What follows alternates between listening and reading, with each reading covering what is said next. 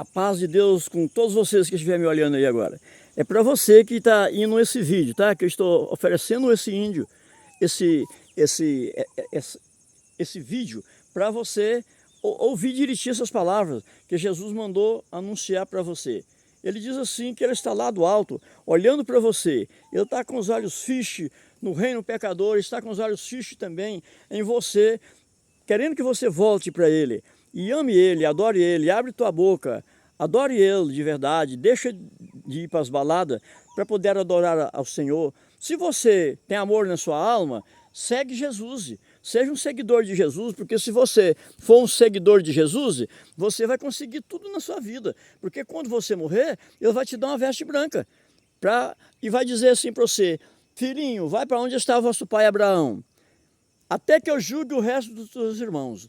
Jesus diz assim: bem-aventurado são aquele que for salvo na primeira morte. A Bíblia diz que tem a primeira morte e a segunda morte. Ele diz, porque a segunda morte é sujeita ao inferno. Porque aquele que não for libertado pela primeira morte, compreendeu? E ele receber a veste branca dele, ele vai ficar nas trevas aí, vai ficar aí no ar aí, tormentando, para o povo do centro espírito chamar ele lá, trabalhar com ele, compreendeu? Ganhar dinheiro com ele lá, aí até que chega o dia de Jesus chegar para fazer a separação, e ele às vezes fez uma macumba com aquela pessoa ali, e ele atrapalhou a vida de uma pessoa, Deus joga ele para o inferno. Aí então ele está falando que para nós se converte a ele para ser salvo na primeira morte, porque a trombeta toca quando nós morremos. Quando todos nós, pessoas, morremos, nós escutamos o som da trombeta. E se nós estivermos preparados, nós damos conta de subir. Mas se nós não estivermos preparados, nós não conseguimos, não ficamos aí no pó da terra, até no dia final da separação dos bons e dos maus, que Jesus prometeu no dia do juízo final, compreendeu? E aí, se você estiver preparado, você recebe uma veste branca. E Deus fala: toma, meu filho, essa veste branca, vai para onde está vosso pai Abraão e os profetas, até que eu julgue o resto dos seus irmãos. Então vamos preparar, vamos alvejar as nossas vestes. Se você não é batizado, procura o batismo, porque ninguém entra no reino de Deus sem entrar no batismo que João Batista batizava. Sabe quem era João Batista? João Batista era um anjo, compreendeu? João Batista, que iniciou esse batismo das águas, ele era um anjo, porque a humanidade caminhou em Jesus e falou: Senhor, quem é João? Quem é João? Jesus diz: em verdade vos digo, entre os nascidos da terra, não existe um homem maior do que João. Em verdade, João é o maior. Mas no reino de meu pai, João é um dos menores. Vamos prestar bem atenção para você ver. Quer dizer que aqui nos nascidos da terra não existiu nenhum que era maior do que João. Compreendeu? Então, irmãos, vamos prestar atenção que esse batismo foi iniciado por João Batista, que foi consagrado no ventre de uma Esther, que era Isabel. Isabel era Esther.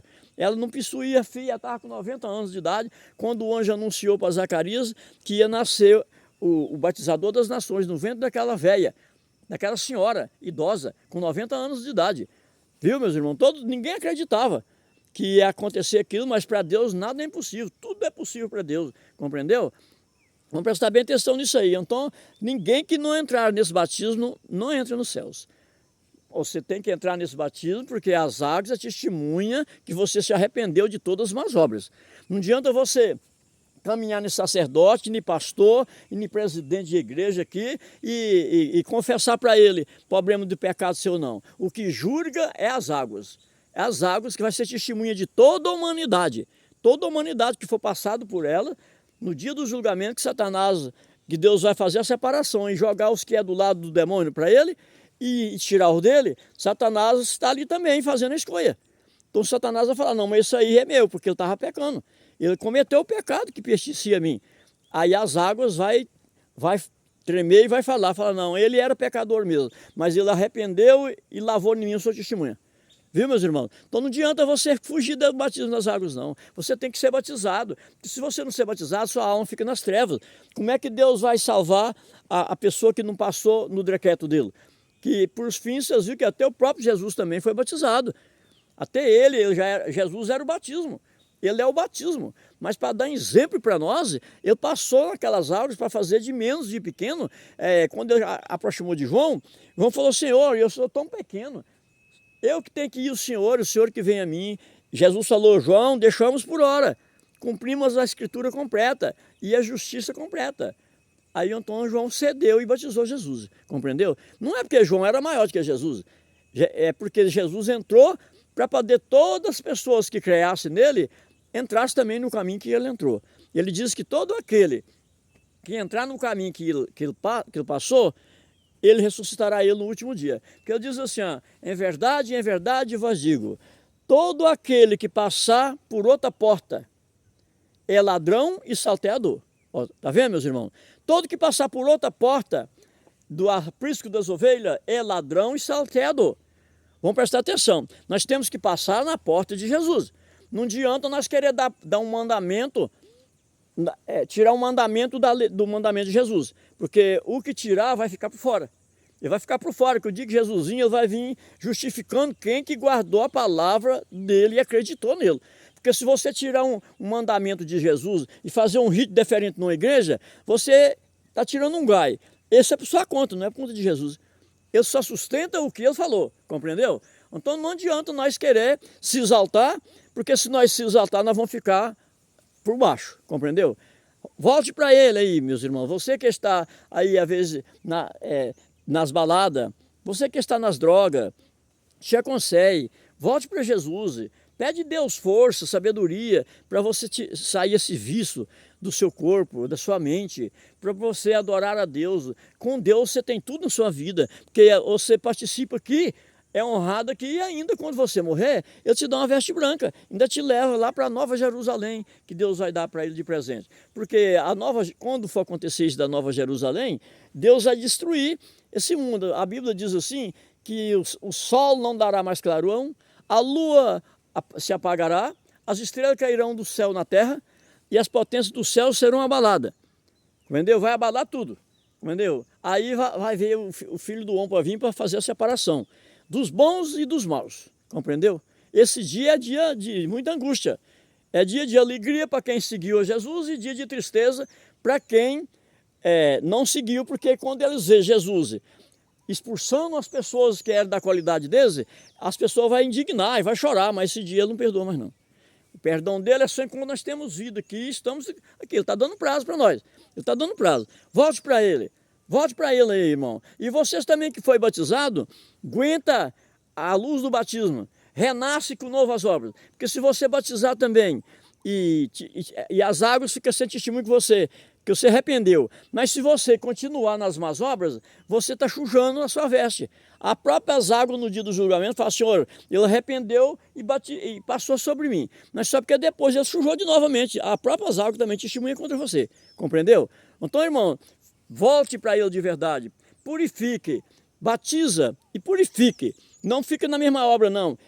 Larga a obra do homem velho, da mulher velha, e seja um homem novo, uma mulher nova, um vaso novo.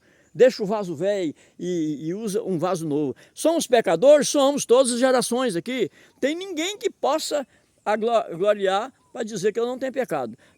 O dia que nós nascemos, nós já nascemos com a mancha do pecado de nossos pais. Então, mas ele quer um povo arrependido, um povo que se arrepende. Ele veio na terra e derramou o sangue dele, foi para perdoar aquele que se arrepende. Amém? Glória a Deus, aleluia. Recebe aí nas mãos de vocês que Jesus Cristo vai dar força para vocês. Se você, ele diz assim que ele bate na porta, se a porta abrir, ele entrará e fará morada. Se aquela porta não abrir, ele se retira e vai entrar, bater noutra porta, que às vezes o outro quer, compreendeu? Deus não adula ninguém, ele está apenas usando de misericórdia, porque ele sabe que é lamentável o dia do julgamento, daqueles que for queimar nas chamas para a eternidade e eternidade. Do dia que ele jogar a humanidade para o lado do Satanás para jogar no inferno, é para a eternidade e eternidade, viu? Vou prestar bem atenção nisso aí, viu, meu irmão? Jesus diz uma parábola sobre o rico e o pobre. Presta bem atenção nessa parábola. Jesus diz assim, havia um homem muito rico que andava em seu apartamento, participando e reputando de grandes maravilhas de alimento e de tudo que ele precisava. E havia um pobre Lázaro que era leproso, que mendigava e ficava no porão do prédio dele. E aquele pobre Lázaro alimentava com o cheiro das comidas daquele rico. E o rico nem sequer tinha coragem de pegar um prato de alimento e dar para ele. E ele confiou só na riqueza. Aí Jesus diz assim que os cachorros que iam e lambiam as feridas de Lázaro, era o que fazia misericórdia com Lázaro, eram os cachorros. Aí fala, aconteceu que o moço rico morreu. Isso é uma parábola de Jesus. Ele morreu, foi açoitado no inferno. Foi para as chamas de fogo. Ele foi para as chamas.